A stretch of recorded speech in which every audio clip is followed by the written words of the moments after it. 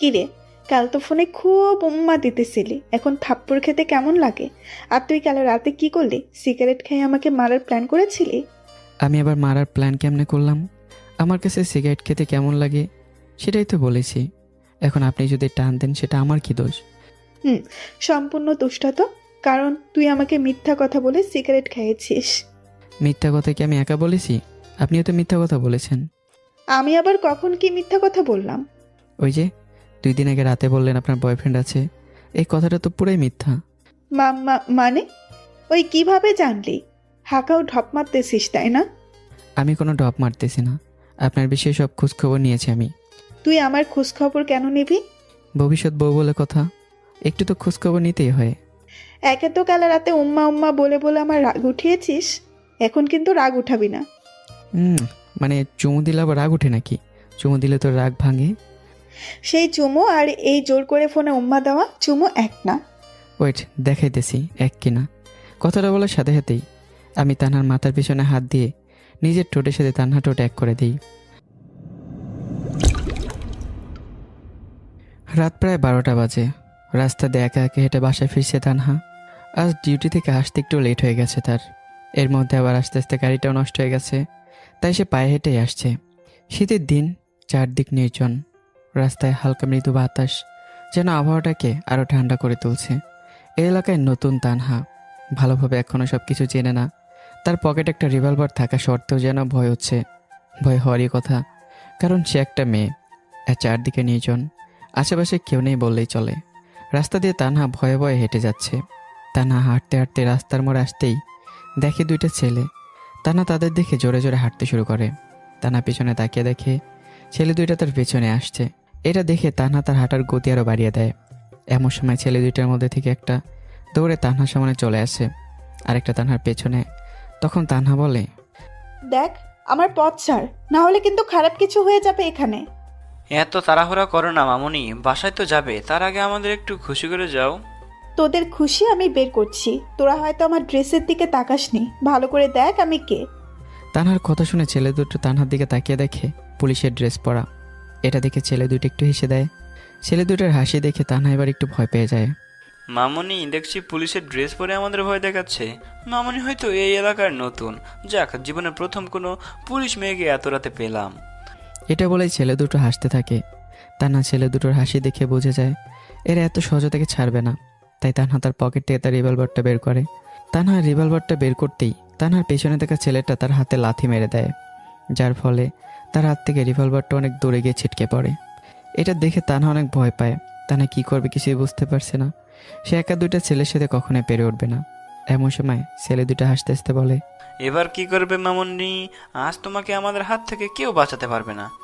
জানোয়ারের বাচ্চা, আমার কাছে আসবি না, না হলে কিন্তু কুকুরের মতো মরবি তোরা। শালির দেখছি এখনো তেজ দেখাচ্ছে, তোর এই তেজ এখনই ঠান্ডা করছি। আর কি বললি, কুকুরের মতো মারবো? আগে তো একটু মজা করে নেই, তারপরে দেখি কে কাকে মারে। এটা বলেই ছেলেটা তানহার গায়ে হাত দিতে যাবে, এমন সময় কোত্থেকে যেন একটা ছেলে এসে ওই ছেলেটার মুখ বরাবর মারে ঘুষি। ছেলেটা ঘুষি খেয়ে সাথে সাথে মাটিতে পড়ে যায়, নাক থেকে ঝরঝর করে রক্ত পড়ছে। তানহা তাকিয়ে দেখে একটা ছেলে দাঁড়িয়ে আছে, কালো একটা হুডি পরে। ছেলেটার মুখে হুডির মাস্কটা লাগানো, চুলগুলো এলোমেলো হয়ে আছে। তানহা আগন্তুক ছেলেটার দিকে তাকিয়ে আছে আর বোঝার চেষ্টা করছে কে এই ছেলেটা, হঠাৎ করে কোত্থেকে এসে তাকে বাঁচালো। আগন্তুক ছেলেটার ঘুষি খেয়ে একটা ছেলে এখনো মাটিতে শুয়ে আছে, ওটার সাহস পাচ্ছে না, নাক দিয়ে অনবরত রক্ত পড়ছে। একটা ছেলে অবস্থা দেখে বাকি অন্য একটা যে ছেলে ছিল সে দৌড়ে পালাতে লাগলো।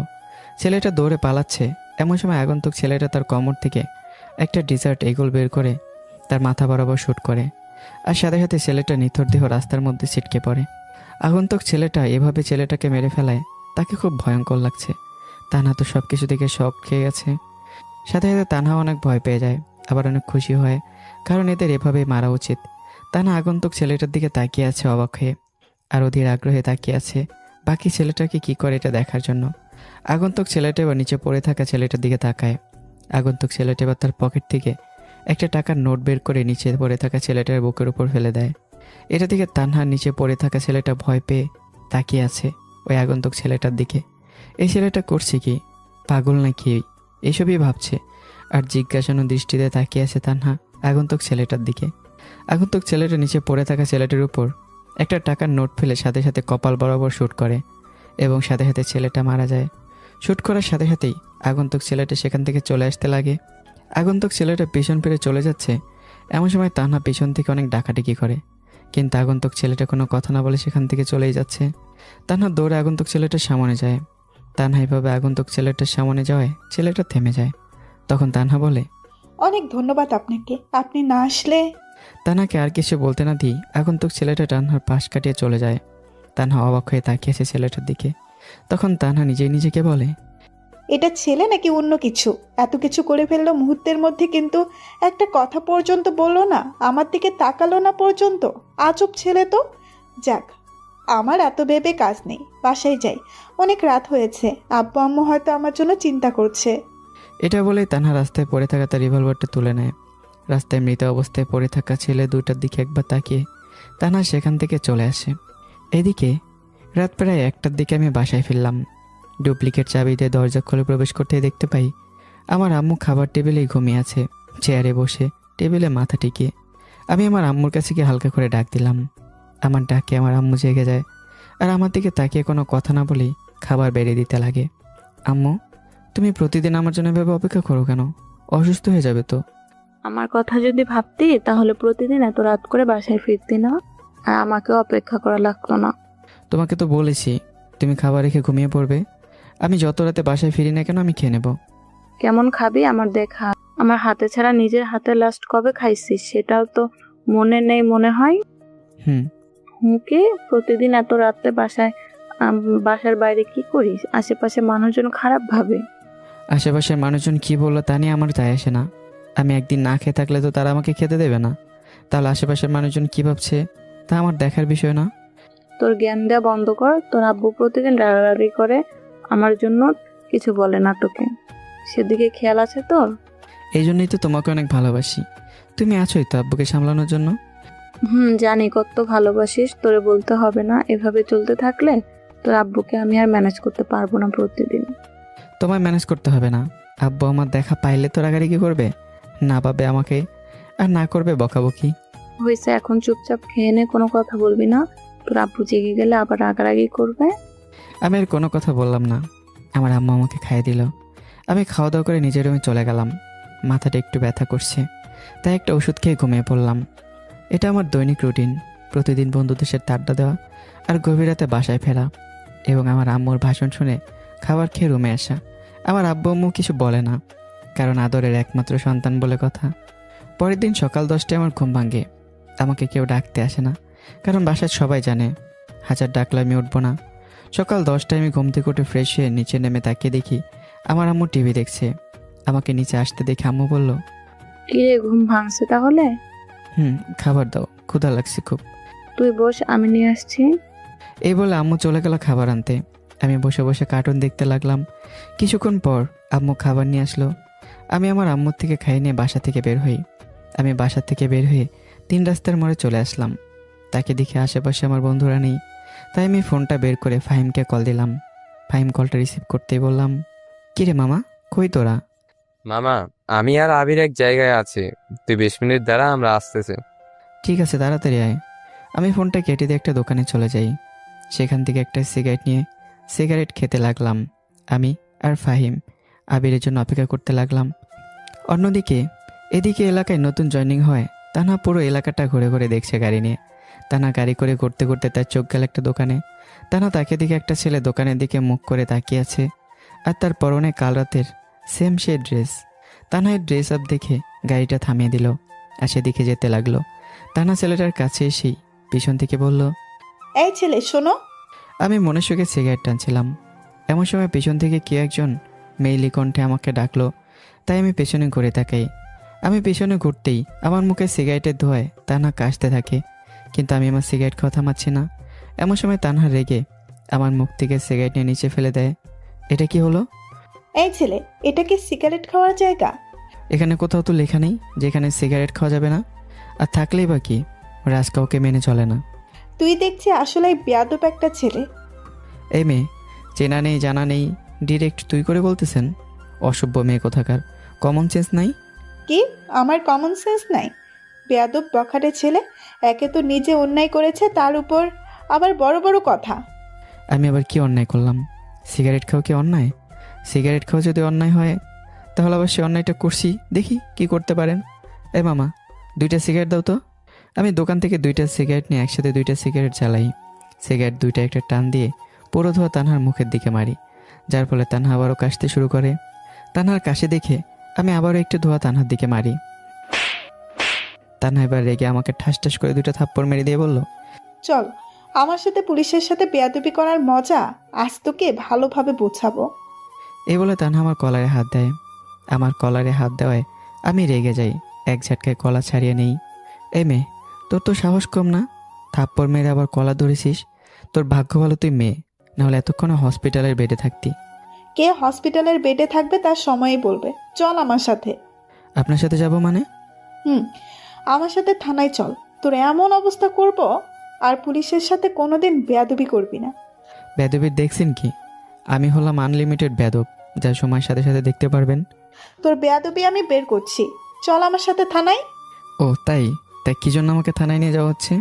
কোনো কারণ ছাড়া বা কোনো অপরাধ ছাড়া তো এভাবে ধরে নিতে পারেন না, এটা নিশ্চয়ই জানা আছে। ইফটিজিংয়ের দায়ে। ইফটিজিং মানে? আমি আবার কোন মেয়েকে ইফটিজিং করলাম? একটু আগে যে আমাকে ইফটিজিং করলি, এটা এক প্রকার ইফটিজিং, আর তোকে বোঝাবো পুলিশের সাথে বেয়াদবি করার ফল। আমি যে আপনাকে ইফটিজিং করলাম তার প্রমাণ কি?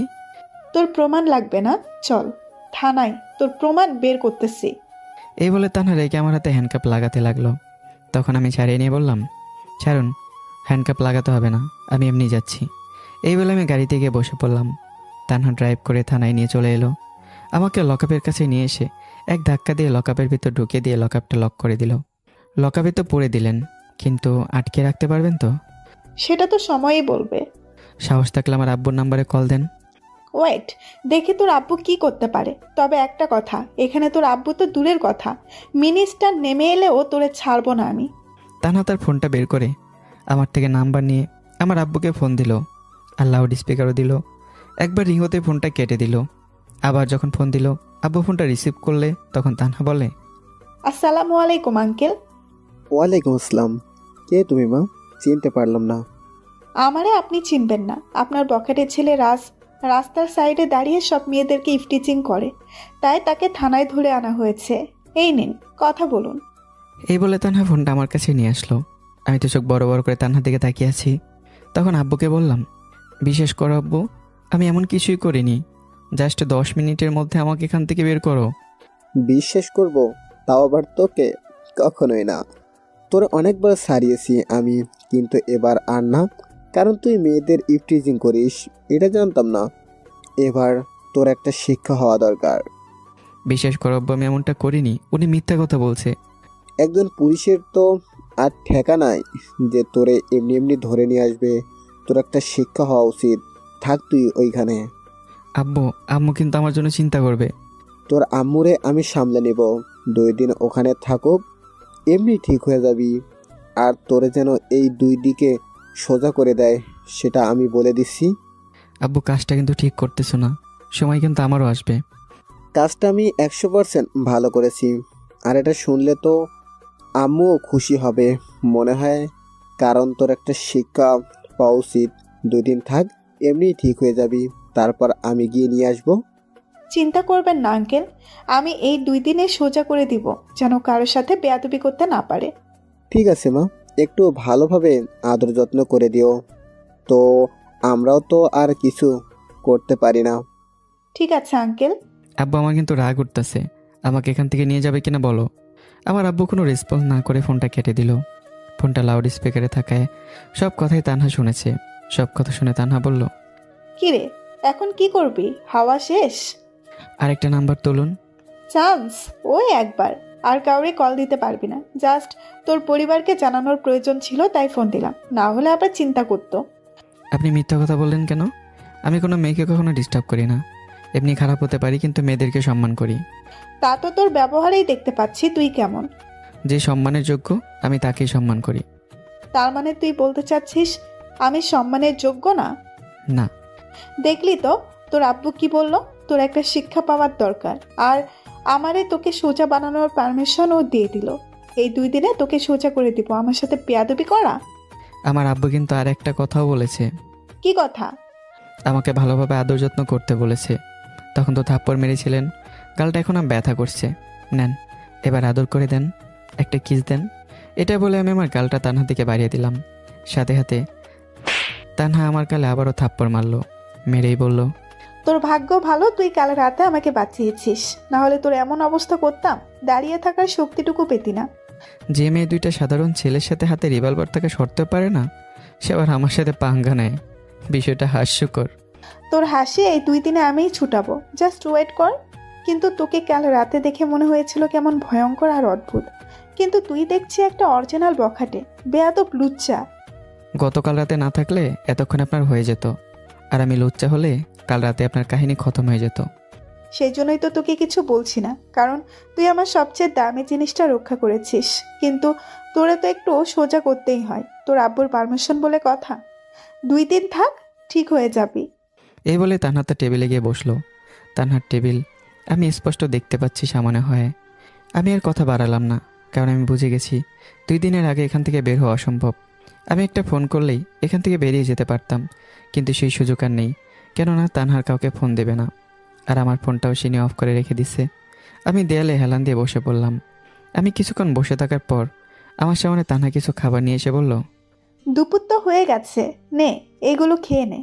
হোয়াট? আমি খাবো এগুলো? এগুলো তো আমাদের বাড়ির কাজের লোকেরাও খায় না। এর চেয়ে ভালো খাবার এখানে নাই, আর তোরে সোজা করতে এই খাবারগুলোই যথেষ্ট। এগুলো কেউ খায়? মরে গেলেও খাবো না আমি। এখানে যারাই থাকে তারাই এই খাবার খায়, আর তোকেও খেতে হবে। অসম্ভব। আমার ওয়ালেটে টাকা আছে, সেখান থেকে নিয়ে বাইরে থেকে কিছু খাবার নিয়ে আসুন আমার জন্য। তোরে কি আমার চাকর মনে হয়?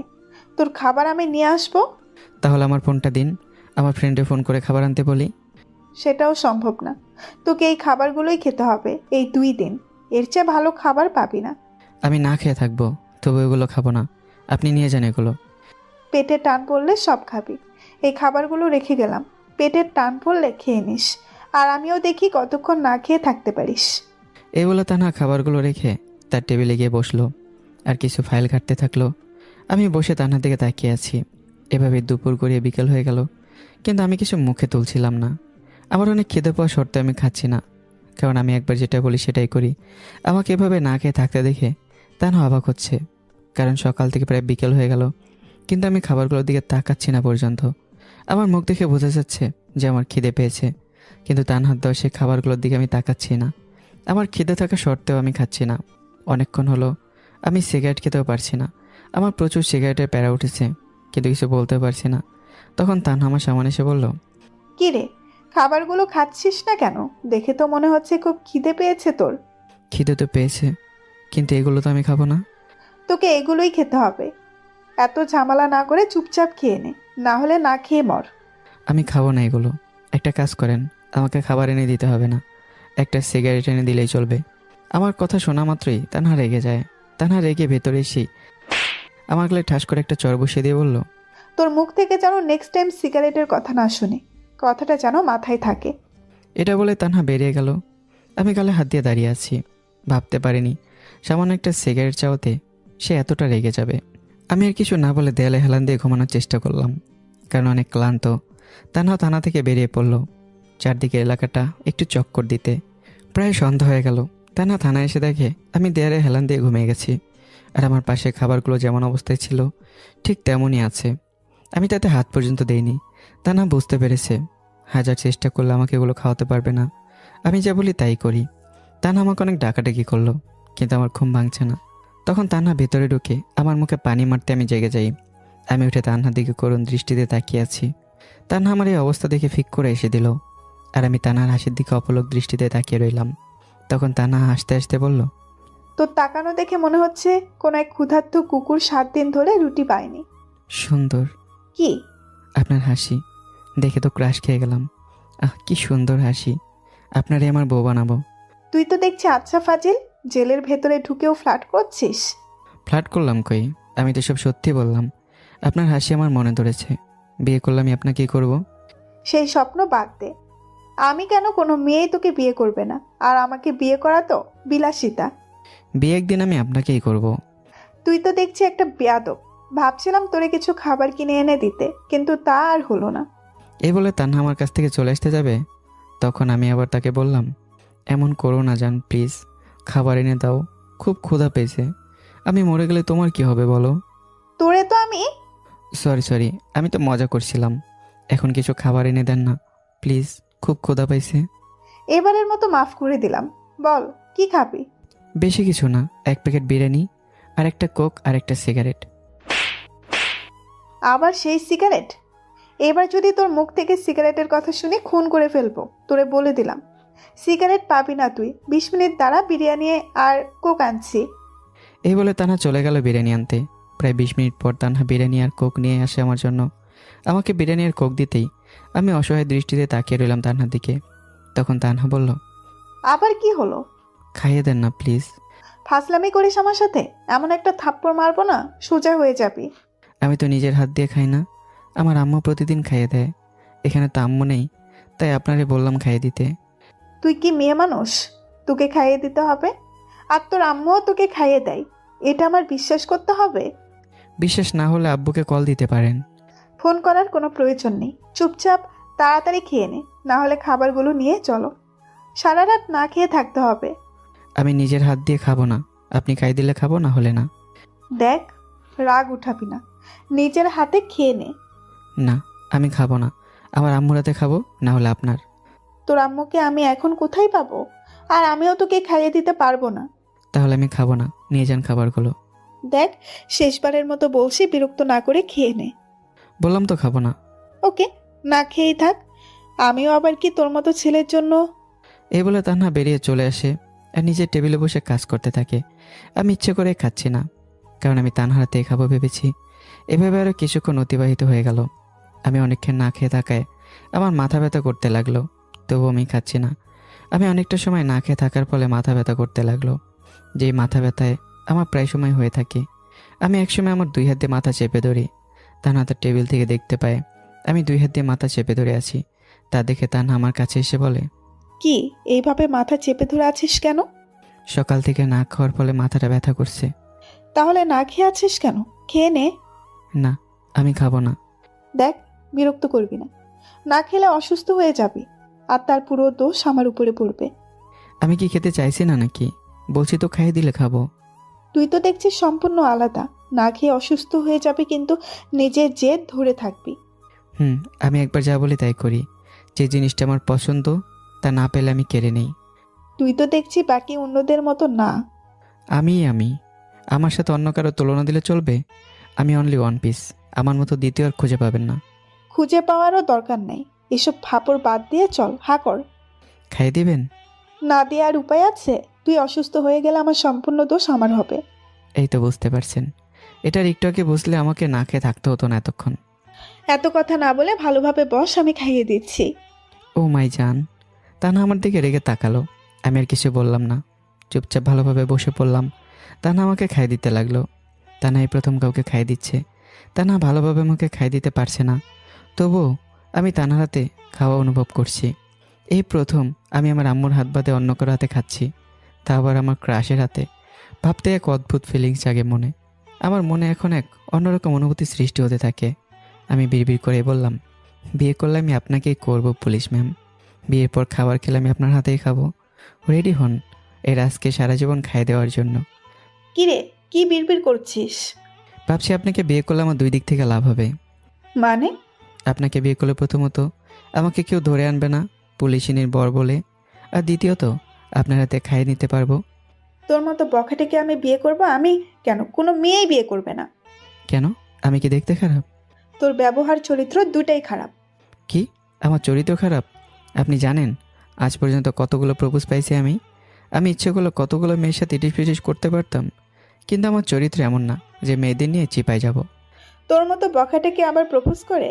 যারা তোর মতো বখাটেকে প্রপোজ করে তাদের চোখ নাই। আচ্ছা, আমি যদি নিজেকে চেঞ্জ করে ফেলি? তাহলে বিয়ে করবেন তো আমায়? না, কেন? জানি না। তাহলে কি জানেন? এইটুকু জানি, এই কয়েকদিনে তোকে শুধরে দিয়ে উচিত শিক্ষা দিব। বেয়াদবি করা আমার সাথে কিভাবে? এইভাবে। আমি যদি নিজে চেঞ্জ না হই তাহলে আমাকে কেউ চেঞ্জ করতে পারবে না। আর আমি এমনিতেই ঠিক আছি, আমার চেঞ্জ হওয়ার কোনো প্রশ্নই আসে না। ঠিক আছে, আমিও দেখব কতদিন এই এলাকায় বখাটেগিরি করতে পারিস। আমি তো আছি, দেখলেই ধরে নিয়ে এসে ডান্ডা মেরে ঠান্ডা করে দিব। ওকে, আমি চেষ্টা করতে থাকি আপনাকে পটানোর। এই কারণেই আমার রাগ উঠে মাঝে মধ্যে। থাক তুই না খেয়ে, আমি আর খাইয়ে দিতে পারবো না। এই বলে তানহা আমার কাছ থেকে চলে যায়। আমি একটা মুচকি হাসি দিয়ে বাকি খাবারটুকু নিজের হাতে খেয়ে নিই। রাত আরও গভীর হতে থাকে। রাত প্রায় 11টা।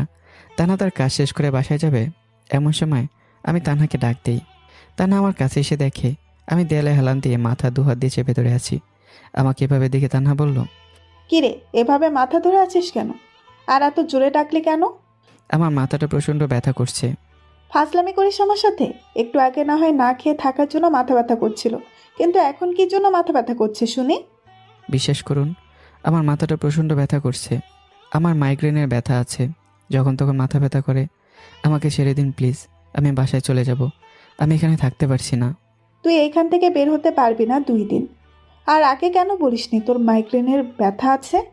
প্লিজ আমাকে ছেড়ে দিন, আমি সহ্য করতে পারছি না। না, তোকে এখানে থাকতে হবে। তুই 5 মিনিট অপেক্ষা কর, ওষুধ নিয়ে আসছি আমি। ওষুধ খেলে ঠিক হয়ে যাবি। এই বলে তানা থানা থেকে বেরিয়ে যায়। আর কিছু না বলে চুপচাপ মাথা নিচু করে আমি দেয়ালে হেলান দিয়ে বসে পড়ি। প্রায় 5 মিনিট পর তানা ওষুধ আর পানি এনে দেয়। আমি কিছু না বলে ওষুধ খেয়ে চুপচাপ বসে রইলাম আর মাথা ব্যথা সহ্য করতে লাগলাম। তখন তানা আমার কাছে এসে বলে, কিরে, আমি থাকবো না চলে যাব? আপনার ইচ্ছে। তানা কিছু একটা ভেবে টেবিলে গিয়ে বসে আর আস্তে আস্তে আমার মাথা ব্যথা কমতে থাকে। প্রায় 1 ঘন্টা পর তানহা আমার দিকে তাকিয়ে দেখে আমি দেয়ালে হেলান দিয়ে ঘুমিয়ে গেছি। তানহা আমার দিকে কিছুক্ষণ তাকিয়ে থেকে বাসার উদ্দেশ্যে বেরিয়ে পড়ে। পরদিন সকালে আমার ঘুম ভাঙে তানহার ডাকে। আমি তানহার দিকে তাকিয়ে সকাল সকাল আবার ক্রাশ খেয়ে যাই, কারণ তানহা একটা নীল শাড়ি, হাতে নীল চুড়ি, ঠোঁটে হালকা লিপস্টিক আর ঠোঁটের নিচে ছোট্ট একটা তিল, সব মিলিয়ে তাকে পুরো একটা পরীর মতো লাগছে। আমি তো হা হয়ে তাকিয়ে আছি। আমাকে এভাবে তাকিয়ে থাকতে দেখে তানহা লজ্জা পেয়ে বলল, কিরে, কি দেখছিস? আপনাকে, মানে আমার হবু বউকে পুরাই নীল পরিয়ে লাগছে। সকাল সকাল মুড খারাপ করাবি না। তা পুলিশের ড্রেস বাদে হঠাৎ সকাল সকাল শাড়ি পরে কাহিনী কি? আমাকে ক্রাশ খাওয়ানোর জন্য না? বুঝি বুঝি, সব বুঝি। বাজে কথা বলবি না। একটা জায়গায় যেতে হবে, তাই ছুটি নিলাম আজকে। আর কিছু ফাইলে সাইন করতে হবে, আর তোর সাথে দেখা করতে এলাম। আমার সাথে সকাল সকাল শাড়ি পরে দেখা করতে এলেন? ভালোবাসেন বুঝি? তোকে ছেড়ে দিতে চাইলাম, কিন্তু না, থাক তুই আরও 2 দিন এখানে। চাচাও যেন এখান থেকে বের না হয় আমি না আসা পর্যন্ত। তানা কনস্টেবলকে কথাটা বলে তার টেবিলে গিয়ে বসে পড়ে আর কিছু ফাইল কাটতে থাকে আর সাইন করতে থাকে। তানা সব কাজ শেষ করে আমার সামনে এসে দাঁড়ায়। আমার সামনে আসতেই আমার চোখ যায় তানহার নাভির দিকে। শাড়িটা হালকা সরে গিয়ে নাভিটা স্পষ্ট দেখা যাচ্ছে। আমি তো একদিনে মুগ্ধ হয়ে তাকিয়ে আছি। আমাকে এভাবে তাকানো দেখে তানহা নিজের দিকে তাকায় এবং দেখে যে আমি তার নাভির দিকে তাকিয়ে আছি। তানহা তাড়াতাড়ি শাড়ি দিয়ে তার নাভিটা রেখে ফেলে আর অনেক রেগে বলে, কিরে, কি দেখছিস? আপনার নাভি। উফ, কি সুন্দর কিউট লাগছিল। ঢেকে দিলেন কেন? আর একটু দেখতে দিন না। তানহা আমার কথা শুনে আরও রেগে যায়। ঠাস ঠাস করে 2টা থাপ্পড় মেরে দেয়। আমি গালে হাত দিয়ে তাকিয়ে আছি। তখন তানহা বলে, ভাবছিলাম চাচাকে টাকা দিয়ে যাব তোকে খাবার কিনে এনে দেওয়ার জন্য, কিন্তু না, আমার সাথে লুচ্চামি করা শাস্তি হচ্ছে তোকে আজকে ওই খাবারগুলোই খেতে হবে। এটা লুচ্চামি না, এটা হলো হবু বউয়ের প্রতি রোমান্টিকতা। এই কে? কিসের হবু বউ? এই যে আপনি, আমি তো বিয়ে করলে আপনাকে করব, সেই অনুযায়ী আপনি আমার হবু বউ। এবার শাড়িটা একটু সরান, আপনার নাভিটা একটু দেখি, সব তো আমারই সম্পদ। তানা ঠাস করে আমাকে একটা থাপ্পড় মেরে কোনো কথা না বলে হনহন করে চলে যায়। আমি গালে হাত দিয়ে কনস্টেবল চাচাকে বললাম, চাচা, এ মেয়ে কথায় কথায় তো থাপ্পড় মারে কেন? সেটা তো আমিও ভাবছি। কি ভাবছেন? এই যে তুমি মাসে অন্তত 2 বার এখানে আসো আর তোমার আব্বু সারিয়ে এনে যায়, তা এইবার কি জন্য এখানে সেটাই ভাবছি। আরে চাচা, আপনি তো জানেনই আমি ইচ্ছে করলে কালকে এখান থেকে বেরিয়ে যেতে পারতাম। কেন যাইনি জানেন? কেন? এই যে আমি আপনার ম্যাডামকে ভালোবাসি। কি, মেয়েটা 2 দিন হলো এখানে এসেছে আর এর মধ্যেই ভালোবেসে ফেলেছো? কি বাত হে, তোমার জবাব নেই গুরু। আমাদের বিয়েতে আপনার দাওয়াত রইল, আসবেন কিন্তু। মেয়েটাকে পটাতেই পারলে না, আবার বিয়ে? মেয়েটা যে পরিমাণ রাগী, মনে হয় না তোমার দ্বারা কিছু হবে। তুমি তো আমাকে অনেক দিন ধরেই চেনো চাচা। এই রাত যেটা চায় সেটাই পায়। আপনার ম্যাডামকে আমার পছন্দ হয়েছে মানে হয়েছে। যে কোনো মূল্যে আপনার ম্যাডামকে আমার লাগবে। তোমাদের অনেক সুন্দর মানাবো, পারফেক্ট কাপল। সত্যি চাচা? আরেকটা কথা, কাল কইছিলেন? কালকে দেখলাম না যে। কাল ছুটিতে ছিলাম, কিন্তু একটা জিনিস বুঝলাম না, তোমার আব্বু কেন তোমাকে ছাড়াতে আসেনি? সেটা বাসায় গিয়ে দেখছি। দরজাটা খোলেন, আমি বাসায় যাই। তা বললে তো হবে না, তোমাকে আমি ছেড়ে দেই আর ম্যাডাম আমাকে এসে ঝাড়ুক। আমি আসি তো, কিছু বলবে না? আমি কিছু জানি না, ম্যাডাম আসার আগে ছাড়তে মানা করেছে, মানে আমি তোমাকে ছাড়তে পারবো না। আমি কনস্টেবল চাচার কথা শুনে কিছু একটা আইডিয়া বের করতে থাকি। আমি আগেও এখানে অনেকবার এসেছি, কিন্তু আমার আব্বুর কারণে 20 মিনিটের মধ্যে বের হয়ে গেছি। সেই সুবাদে কনস্টেবল চাচা আমাকে চেনে আর আমার সাথে অনেকটাই ফ্রি। আমার এখানে থাকতে ভালো লাগছে না, তাই আমি এখান থেকে কীভাবে বেরোবো তা ভাবতে লাগলাম। আমি কিছু একটা ভেবে কনস্টেবল চাচাকে বললাম, চাচা আমার তো ক্ষুধা পাইছে। আপনি তো জানেন আমি এসব জেলের খাবার খাই না। তুমি 10 মিনিট অপেক্ষা করো, আমি বাইরে থেকে তোমার জন্য খাবার নিয়ে আসছি। আরে চাচা, আপনাকে কষ্ট করতে হবে না, আমার ফোনটা একটু দেন, আমি আমার ফ্রেন্ডকে ফোন করে খাবার নিয়ে আসতে বলি। আমারে কি গাধা পাইছো? তোমার বয়সটা আমি পেরিয়ে এসেছি, বুঝছো?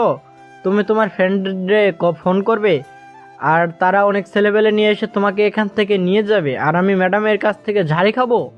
আরে চাচা, আপনি ভুল বুঝতেছেন, এমনটা না। আমি জাস্ট কল করে খাবার আনতে বলবো। আমি এত কিছু জানি না, আমি তোমাকে ফোন দিতে পারবো না।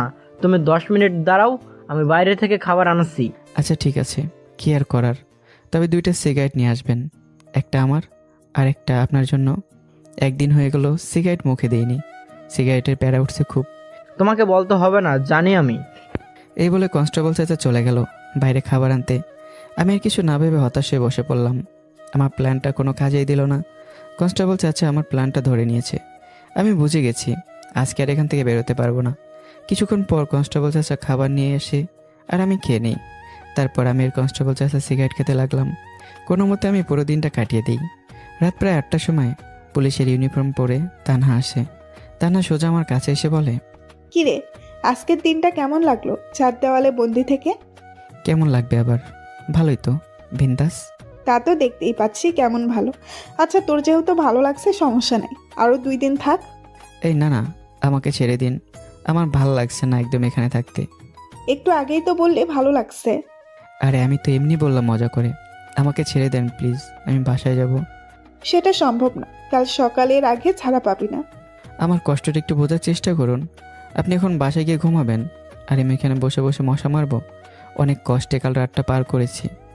তোকে এখানেই থাকতে হবে, আর আমিও বাসায় যাচ্ছি না, কারণ আজকে নাইট ডিউটি আছে। তাহলে ঠিক আছে, সমস্যা নেই, আমি সারা রাত আপনার মুখের দিকে তাকিয়ে কাটিয়ে দিতে পারবো। তানহা আমার কথা শুনে কিছু বলল না, কারণ তানহা জানে আমাকে কিছু বলেও কাজ হবে না। তাই আর কোনো কথা না বাড়িয়ে তানহা তার টেবিলে বসে কাজ করতে থাকে। রাত প্রায় 11টা, আমি এখনও জেগে। তানহা আমার দিকে একবার তাকিয়ে থানা থেকে বেরিয়ে যায়। আমি আর কিছু না ভেবে দেয়ালে হেলান দিয়ে চোখ বন্ধ করে ঘুমানোর চেষ্টা করছি। বেশ কিছুক্ষণ পর আমার কানে একসাথে কয়েকজনের কণ্ঠ ভেসে আসে। আমি চোখ খুলে তাকিয়ে দেখি তানহা 2টা ছেলেকে ধরে নিয়ে এসেছে, হাতে হ্যান্ডকাপ লাগিয়ে। ছেলে 2টা আমার দিকে পিছন ফিরে থাকায় আমি ছেলে 2টার মুখ দেখতে পারছি না। এমন সময় তানহা ছেলে 2টাকে আমার লকআপে ঢুকিয়ে দেয়, লকআপটা লক করে দিয়ে চলে যায়। ছেলে 2টা পিছন ফিরে আমাকে দেখে আমার দিকে তাকিয়ে রইল, আর আমি ছেলে 2টার দিকে। ছেলে 2টার কেউই নাই, আমার বেস্ট ফ্রেন্ড। আমি ফাহিম আর আবিরের দিকে তাকিয়ে ভাবছি এরা এখানে কেন। আবির আর ফাহিমও সেম কথাই ভাবছে, আমি এখানে কেমনে। তখন ফাহিম বলল, কিরে, সেই যে 2 দিন আগে 3 রাস্তার মোড়ে আসতে বলে উধাও হয়ে গেলি, আর নাই তোর বাসায় গিয়ে তোর আব্বু আম্মুর কিছু বললো না, এখন দেখছি তুই এখানে কেমনে কি? আমারও তো একই প্রশ্ন, তোরা এখানে কেন? আর বলিস না মামা, পাশের এলাকার একটা ছেলের সাথে ঝামেলা লাগছিল, মাইরটা দিছিস সেই রকম, হালাই সারা জীবন মনে রাখবি। মারতে মারতে এই পুলিশ মেয়েটা সেখানে কেমনে যেন চলে আসে, ছেলেটাকে তুলে হসপিটালে পাঠিয়ে দেয়, আর আমাদের এখানে। এত রাতে মারামারি করার কি দরকার ছিল? আমি এসে তারপর একসাথে মারতাম। তোর আশা করলে হইতো না, 2 দিন ধরে নাই। আচ্ছা যাই হোক, এখন বল তুই এখানে কেন? কি আর বলবো দোস্ত, এই পুলিশ ম্যামের মুখে সিগারেটের ধোঁয়া মারছিলাম, যার ফলে আমি এখানে। এই সামান্য কারণে 2 দিন ধরে এখানে। তা না হয় বুঝলাম, কিন্তু তোর আব্বু তোরে ছাড়িয়ে নিয়ে যায়নি কেন? আর আমাদের একটা ফোন করলে তো হয়ে যেত। আব্বু ইচ্ছে করে আমাকে ছাড়িয়ে নিয়ে যায়নি, এই পুলিশ মেয়েটা বানিয়ে বানিয়ে অনেক কথাই বলেছে, যার কারণে আব্বু রেগে আছে আর আমাকে ছাড়াতে আসেনি। একবার এখান থেকে বের হই, এই পুলিশ মেয়েটাকে দেখে নিব আমি। পরে দেখিস, আগে এখান থেকে কেমনে বের হবি সেটা ভাব। সামান্য মুখে ধোয়া মারতেই আমি 2 দিন এখানে আছি, তাহলে ভাব তোরা মারামারি করেছিস, কতদিন থাকবে এখানে? আমি তো কাল সকালে বেরিয়ে যাব, আমার কোনো চিন্তা নেই। আমাদের এখান থেকে বের না করলে তোর খবর আছে। কালকে আমাদেরকেও এখান থেকে বের করবি যেমনে হোক। আগে কাল সকালে আমি বের হই, তারপর তোদের বের করে নেব, সমস্যা নেই। বের হতে পারলেই এই মেয়েকে আমি দেখে নেব। শোধ নেওয়ার চিন্তা ভাবনা বাদ দে, তোর ভাবি লাগে। ভাবি লাগে মানে? আমার তো কোনো ভাবি নাই, ভাবি লাগে কেমনে? আব্বে হালা, আমার বউ মানে তোর ভাবি। এই পুলিশিনের উপর আমি ক্রাশ খাইছি। দেশে এত মেয়ে থাকতে শেষে কিনা পুলিশের ওপর ক্রাশ খেলি? যাই হোক মামা, ভাবিরে কিন্তু আমার পছন্দ হয়েছে। কোন দিক দিয়ে? আরে মামা, ভাবি হিসাবে তোর সাথে মানাবে ভালো, তবে রাগ একটু বেশি। তাহলে ঠিক আছে, বোনের নজরে দেখবি সব সময়। এইটা মানতে পারলাম না দোষ। তোর বউ মানে আমার বউ, আমার বউ মানে তোর ভাবি। কি বললি আবার বল। তোর বউ মানে আমার বোন, আর আমার বউ মানে তোর বউ। এবার ঠিক আছে। এই তোরা লুচ্চামি বাদ দে, অনেক রাত হয়ে গেছে, একটু ঘুমাই সবাই মিলে। এখানে কেমনে ঘুমাবো ভাই? তাহলে চিন্তা কর কিভাবে আমি রাতে ঘুমাইছিলাম এখানে। একটা কাজ কর, তোরা দেয়ালে হেলান দিয়ে ঘুমিয়ে যা, আর আমি আমার বউরে দেখি। এই বলে আমি তানহার দিকে তাকালাম। আমি তানহার দিকে তাকিয়ে দেখি তানহা এখনও জেগে আছে, মাথা নিচু করে কি যেন কাজ করছে। আমি গালে হাত দিয়ে তানহার দিকে একদিনে তাকিয়ে রইলাম, আর কল্পনার জগতে তানহাকে নিয়ে অনুভূতির সৃষ্টি হতে লাগলো। তানহা কাজ করতে করতে মাথা তুলে তাকিয়ে দেখে আমি ওর দিকে একদিনে তাকিয়ে আছি। তানহা এটার দেখে একটু লজ্জা পেয়ে আমার সামনে এসে দাঁড়ায়।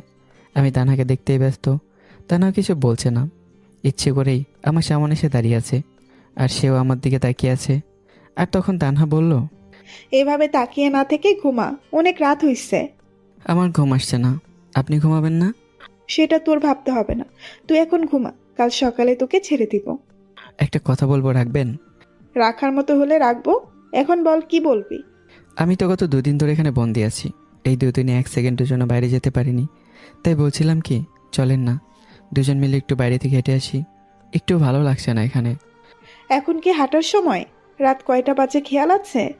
সমস্যা নেই, এখানে ঘুম আসছে না, একটু হেঁটে আসলে ভালো লাগবে। তোকে নিয়ে বাইরে বের হলে যে তুই পালিয়ে যাবি না বা আমার কিছু করে বসবি না, তা কিভাবে বিশ্বাস করব? সেদিন রাতে আপনাকে একা পেয়েও সেখানে কিছু করিনি, তাহলে এতটুকু বিশ্বাস করতে পারেন আজকেও কিছু করব না। আর আমি কিছু করলে আপনার কাছে তো রিভলভার আছেই, সাথে সাথে শ্যুট করবেন, কোনো সমস্যা নেই।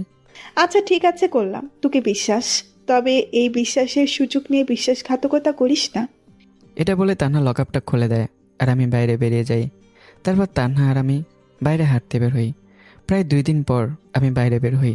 অনুভব করি আমি মনে হয় 2 বছর জেলের ভিতরে ছিলাম। আমি আর তানহা রাস্তার সাইড ধরে আশেপাশে হাঁটছি। আমার তো এক অন্যরকম অনুভূতি ফিল হচ্ছে। আমি কখনো গভীর রাতে এভাবে হাঁটিনি, তার উপর আবার ক্রাশের সাথে হাঁটছি। আমার মনে এক অন্য অনুভূতি সৃষ্টি হয়। চারদিকে আবছা আলোয় পুরো অন্ধকার। আমি তানহার পাশে হাঁটছি এক অন্য অনুভূতি নিয়ে, যা কখনো এর আগে ফিল করিনি। আমি ভালোভাবেই প্রিয় মানুষটির সাথে নির্জন রাতে হাঁটার মুহূর্তটা উপভোগ করছি। তানহারও খারাপ লাগছে না এত রাতে এভাবে হাঁটতে। তানহা আনমনে হাঁটতে থাকে আর কিছু একটা ভাবতে থাকে। এমন সময় আমি তানহাকে বললাম, আচ্ছা আমাকে আপনার কেমন লাগে? পিচ্ছি, দুষ্ট একটা বখাটে ছেলে। আমি পিচ্ছি না বুঝছেন, আপনার থেকেও লম্বা আছি। হয়তো আপনি বয়সে আমার থেকে বড়, কিন্তু কেউ আমাদের একসাথে দেখলে ভাববে আমি আপনার চেয়ে 1-2 বছরের বড়, বুঝেছেন? নিজেই তো পিচ্ছি বাচ্চাদের মতো। বুঝি না আপনাকে পুলিশের চাকরি দিছে কেডা? হালাই কি অন্ধ নাকি? পিচ্ছি একটা মেয়েকে চাকরি দিছে, ওনাকে আবার গুন্ডা মাস্তান পেডাবে, ভাবতেও অবাক লাগে। এই পিচ্ছি, আমাকে কোন দিক দিয়ে পিচ্ছি লাগে বলবি? নিজেই তো এক পিচ্ছি, আবার আমারে পিচ্ছি বলতে আসছে। পিচ্ছি বলবে না তো কি বলবে? আপনি তো হাইটে আমার থেকে ছোট। কই ছোট? তোর ঘাড় বরাবর উচ্চতা আমার, যে উচ্চতাকে বলা হয় পারফেক্ট উচ্চতা, যেখানে একজন স্ত্রীর স্বামীর কাঁধ বরাবর মাথা হওয়া উচিত। এখন তুই যদি তাল গাছের মতো লম্বা হয়ে উঠিস, সেখানে আমি কি করব? তাহলে আমরা পারফেক্ট কাপল, চলেন এখনই বিয়ে করে ফেলি তাহলে। ঠিক এই কারণেই আমার রাগ ওঠে আর আমার হাতে থাপ্পড় খাস। তানার কথা শুনে আমি গালে হাত দিয়ে দাঁড়িয়ে রইলাম। তানা আমার দিকে তাকিয়ে দেখে আমি গালে হাত দিয়ে দাঁড়িয়ে আছি। এটা দিকে তানা কিছু বলল না, সামনের দিকে হাঁটতে থাকে। আমিও তানার পিছন পিছন হাঁটতে থাকি। দুজনে হাঁটছি আর কথা বলছি। এমন সময় আমার আর তান্নার সামনে চলে আসে দুইটা কুকুর। তান্না তো হালকা ভয় পেয়ে যায়। আমি তো ছোটোবেলা থেকে কুকুরকে অনেক ভয় পাই, কারণ ছোটোবেলায়